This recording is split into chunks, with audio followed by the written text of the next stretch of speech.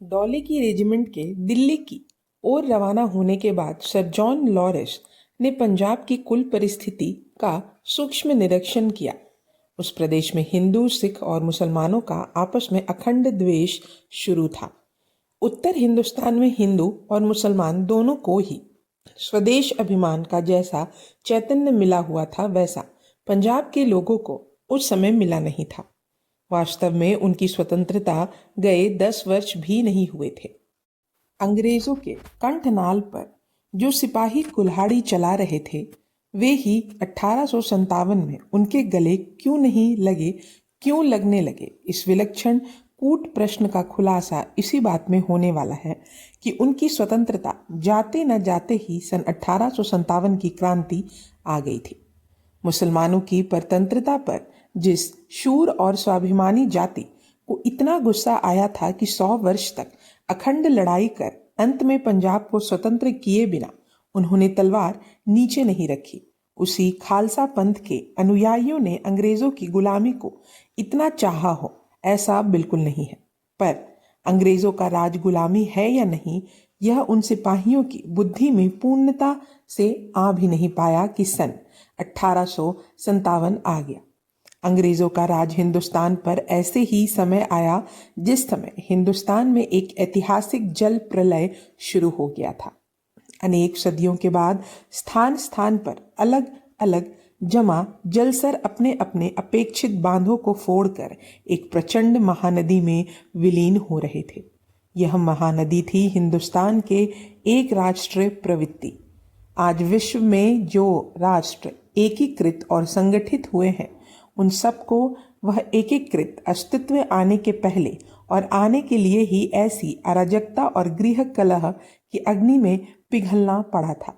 Italy का गृह युद्ध, जर्मनी का गृह युद्ध, उनमें उनके विभिन्न प्रांतों और विविध जातियों की कड़ी शत्रुता और प्रतिशोध लेने के लिए एक दूसरे पर किए गए अत्याचार आदि की ओर देखें तो ऐसा लगता है कि जैसे हिंदुस्तान का यह गृह युद्ध कुछ भी नहीं था, परंतु उपर्युक्त देशों को गृह कलह की भयानक आग में तथा गुलामीगिरी की अत्यंत तीव्र उष्णता में पिघलना पड़ा।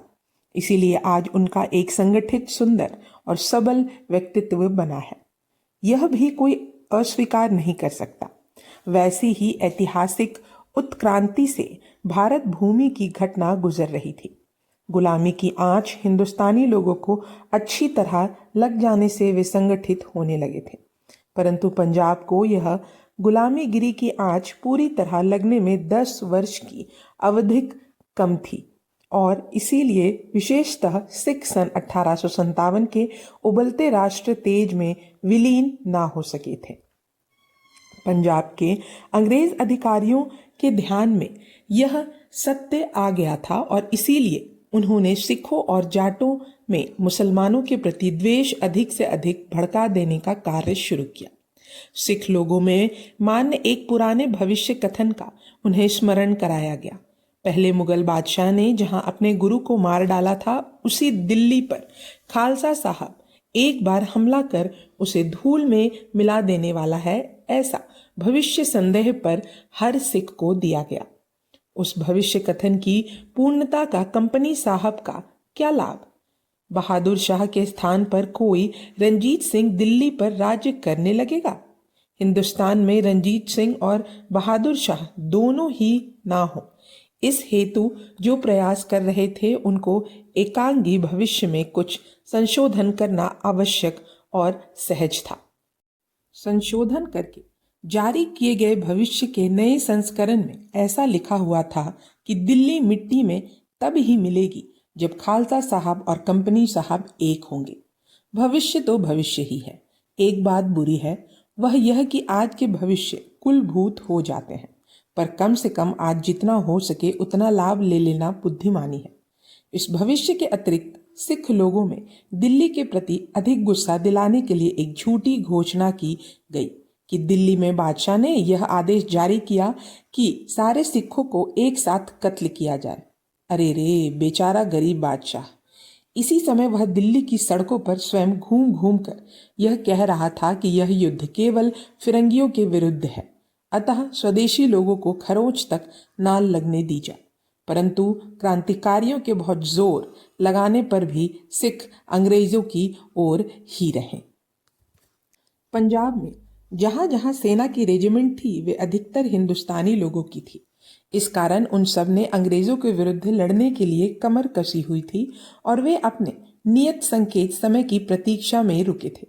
केवल हिंदुस्तानी सिपाही ही पंजाब में स्वातंत्र्य को ललचाए थे, ऐसा बिल्कुल नहीं था। लश्कर के बाहर हर तरह के व्यवसायी नागरिक भी राज्य क्रांति की बीज यहाँ वहां छितराए हुए थे।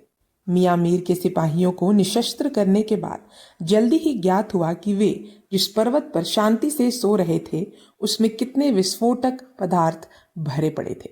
लाहौर और अमृतसर के किले यद्यपि अंग्रेजों ने सुरक्षित कर लिए, तब भी फिरोजपुर में रखा गोला बारूद का भंडार अभी सुरक्षित ही था। उस भंडार के लालच में वहां के नेटिव सिपाही विद्रोह करने को तैयार हैं या नहीं, यह पक्का जानने के लिए 13 मई को एक परेड की गई। सिपाहियों ने परेड पर अपना व्यवहार इतना शांत रखा कि उस समय उनके हृदय में भड़क रही क्रोधा अग्नि की एक चिंगारी भी बाहर नहीं आई। अतः उनको निशस्त्र करने का विचार त्याग कर तथा उनके केवल अलग रखने का निर्णय लेकर उनमें से एक पलटन को शहर के बाजार में से ले जाया गया। परंतु किस लेन देन के लिए वह फिरोजपुर का बाजार से चले तो उन्हें दुकानदारों और दूसरे लोगों ने स्वराज्य की हवा बेचना प्रारंभ किया, जिससे बाजार से निकलते निकलते सिपाहियों की मन की चंचलता नष्ट हो गई। दृढ़ निश्चय हो गया और हर हर महादेव की घोषणा हो गई। सिपाहियों के आक्रमण से गोला बारूद का भंडार बचाना कठिन लगते ही उसे उड़ा देने के सिवाय अंग्रेजों का अन्य उपाय ही ना रहा। बारूद का भंडार उड़ा देखकर स्वराज्य का निशान जिस दिल्ली की प्राचीर पर स्वदेश वीरों को बुला रहा था, उस प्राचीर की ओर सिपाही दौड़ चले। इसी समय फिरोजपुर शहर भी विद्रोही हो गया और यूरोपियन लोगों के बंगले, तंबू, भोजनालय, प्रोटेस्टेंट चर्च, कैथोलिक चर्च जलाते, गिराते, लूटते, नष्ट करते लोग यूरोपियन कहाँ हैं इसकी पूछताछ करते यहाँ वहां घूमने लगे। परंतु मेरठ के तार से चेते हुए यूरोपियन पहले ही बैरकों के पीछे जाकर सुरक्षित बैठे थे। सिपाहियों का पीछा करने जो अंग्रेजी सेना भेजी गई थी, वह जो सकने आया उसे मारते और अपनी क्रूरता पर घमंड करते हुए लौट आई। पंजाब में अंग्रेजों की सत्ता को जैसे अंदरूनी असंतोष का डर था, वैसे ही उसे सरहद पार के अफगानी डकैतों का भी डर था। सन 1857 के क्रांति युद्ध की गुप्त चर्चा के समय लखनऊ की गुप्त समिति ने काबुल के अमीर की सहायता मांगने का प्रयास किया था, क्योंकि सन 1856 के अगस्त माह में मिस्टर फ्रासिथ के हाथ एक पत्र पड़ा था जिसमें यह स्पष्ट लिखा था, लखनऊ के मुसलमानों ने आमिर दोस्त मोहम्मद से संबंध जोड़े हैं। अवध का राज्य अधिकृत हो गया है और अब हैदराबाद पर एक कुल्हाड़ी चलते ही मुसलमानी सत्ता का नाम भी फिर से सुनाई ना देगा। इसका समय पर ही कुछ उपचार करना होगा। यदि लखनऊ के इस प्रश्न का उस राजनीति पट्टू आमिर ने स्पष्ट उत्तर दिया, जो होगा देख लेंगे, परंतु काबुल के आमिर से अंग्रेजों का हाल ही में समझौता हो जाने के कारण उन्हें आमिर से अधिक पेशावर के नजदीक की स्वतंत्र मुसलमानों जमातों से अधिक डर था और मुसलमानी जमातों में कई अंग्रेजों से मिल ना जाए, यह उपदेश करते सैकड़ों मुल्ला यात्री पर निकले। पेशावर में इस समय जो अंग्रेज अधिकारी थे वे सारे ही साहसी, राजनीति पट्टू और युद्ध विशारद थे, इसमें कोई शंका नहीं। निकलसन, एडवर्ड्स, चैम्बरलेन आदि अधिकारियों के उत्साह के कारण और उन्हें जॉन लॉरेंस जैसा वरिष्ठ अधिकारी से प्राप्त अचूक सहायता के कारण पेशावर की ओर का यह संकट बड़े धैर्य से टाला गया। उन्होंने तत्काल ही जान लिया कि विद्रोही करना चाहने वाले मुसलमान जमातों को किस तरह अपनी ओर करना चाहिए और धन का लालच मिलते ही वे सारी पहाड़ी लोग अंग्रेजी सेना में नौकरी पाने की जल्दी करने लगे। पहाड़ी लोगों को धन बल पर खरीदते ही जॉन लॉरेंस ने पंजाब में इधर उधर सुलगते असंतोष को वहीं का वहीं दबा देने के लिए एक घुमंतू सेना का निर्माण किया। इस सेना में अनुभवी कसे हुए, जिनकी ईमानदारी पर अंग्रेजों को पूरा विश्वास था, ऐसी नेटिव सिपाही एवं अंग्रेज सोल्जर लिए जाते। इस सेना का गठन होते होते ही उसके लिए एक काम तैयार हो गया, क्योंकि पेशावर की ओर के भारतीय सिपाहियों में मियां मीर की निशस्त्रता की घटना का समाचार पहुंचते ही बड़ी खलबली मच गई थी। इसीलिए इस भारतीय सेना पर स्वयं पहली चोट करने की योजना पेशावर के साहसी अंग्रेज अधिकारियों ने बनाई और वे इस सारी सेना को निशस्त्र करने को तैयार हो गए। परंतु उस भारतीय सेना के अंग्रेज कमांडर आदि अधिकारियों को अपने सिपाहियों का यह अपमान बहुत बुरा लगा। सन 1857 में जो विलक्षण गुप्तता चारों ओर रखी गई थी, उसी के जाल में फंसे ये अंग्रेज अधिकारी यह मानने को बिल्कुल तैयार नहीं थे कि उनके अधीनस्थ सिपाही विद्रोह पर उतारू हैं। फिर भी कॉटन और निकलसन ने इस नेटिव सिपाहियों को 21 मई को सुबह के समय यूरोपियन सेना से घेर कर निशस्त्र करने का आदेश दिया। इस अकस्मात हुए हमले से बच पाना असंभव है, यह देखकर सारे सिपाहियों ने अपने हथियार नीचे रखे और यह अपमान भरा कृत्य देखकर क्रोधित उनके अंग्रेज अधिकारी भी अपने सिपाहियों के साथ कंपनी को धिक्कारने लगे। पेशावर के नेटिव सेना को निशस्त्र करने के बाद पंजाब सरकार को होती मर्दानी में रखी 55वीं नेटिव रेजिमेंट की ओर देखने की फुर्सत मिली। यह 55वीं नेटिव रेजिमेंट विद्रोह हो गई है, इस संबंध में सरकार को विश्वास हो गया था, परंतु उन सिपाहियों के मुख्य सैनिक अधिकारी कर्नल स्पॉटिसवुड को सरकार के इस संदेह पर बहुत खेद हुआ। हमारे सिपाही सरकार से कभी भी बेईमानी नहीं करेंगे, यह वह जी तोड़ कर कहता है। फिर भी जब सरकार पर सवार खून नहीं उतरा तो उसका हृदय टूट गया। 24 मई को सिपाहियों के नेताओं ने कर्नल के पास आकर पूछा, अंग्रेजी सेना पेशावर से हम पर हमला करने आ रही है, क्या यह समाचार सच है? इस प्रश्न को कर्नल ने गोलमोल उत्तर दिया। सिपाहियों को उससे संतोष न होते हुए भी वे लौट गए। उस 55वीं नेटिव रेजिमेंट का पेशावर की सेना की तरह खात्मा करने के लिए अंग्रेजों की सेना वास्तव में चढ़ी चली आ रही थी। वह दुष्टतापूर्ण कार्य देखते बैठने की अपेक्षा कर्नल स्पॉटिसवुड ने अपने कमरे में आकर आत्महत्या कर ली।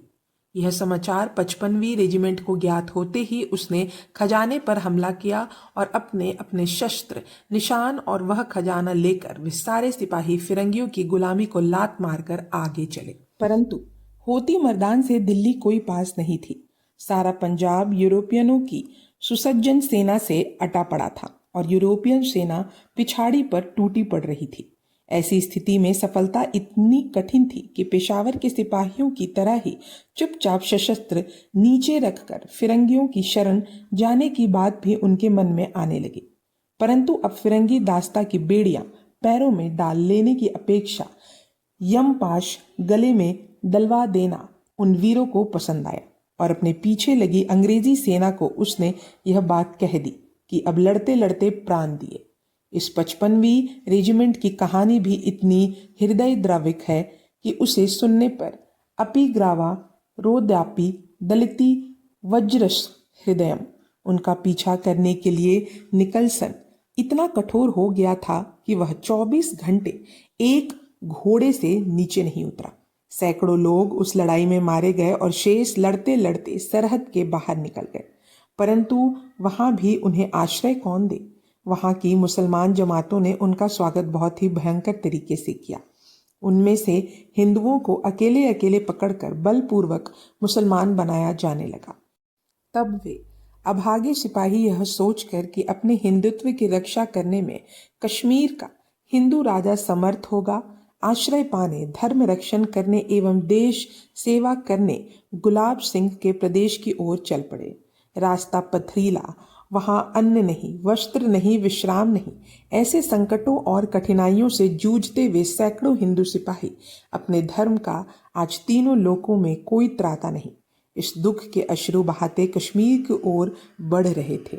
तब उन्हें चींटियां कीड़ों की तरह मसल डालने को अंग्रेजों ने हर कदम पर तलवार चलाई, परंतु फिर भी अपने धर्म का त्राता कश्मीर में है, ऐसी उत्कट भावना से वे हजारों सिपाही कश्मीर की ओर बढ़ ही रहे थे।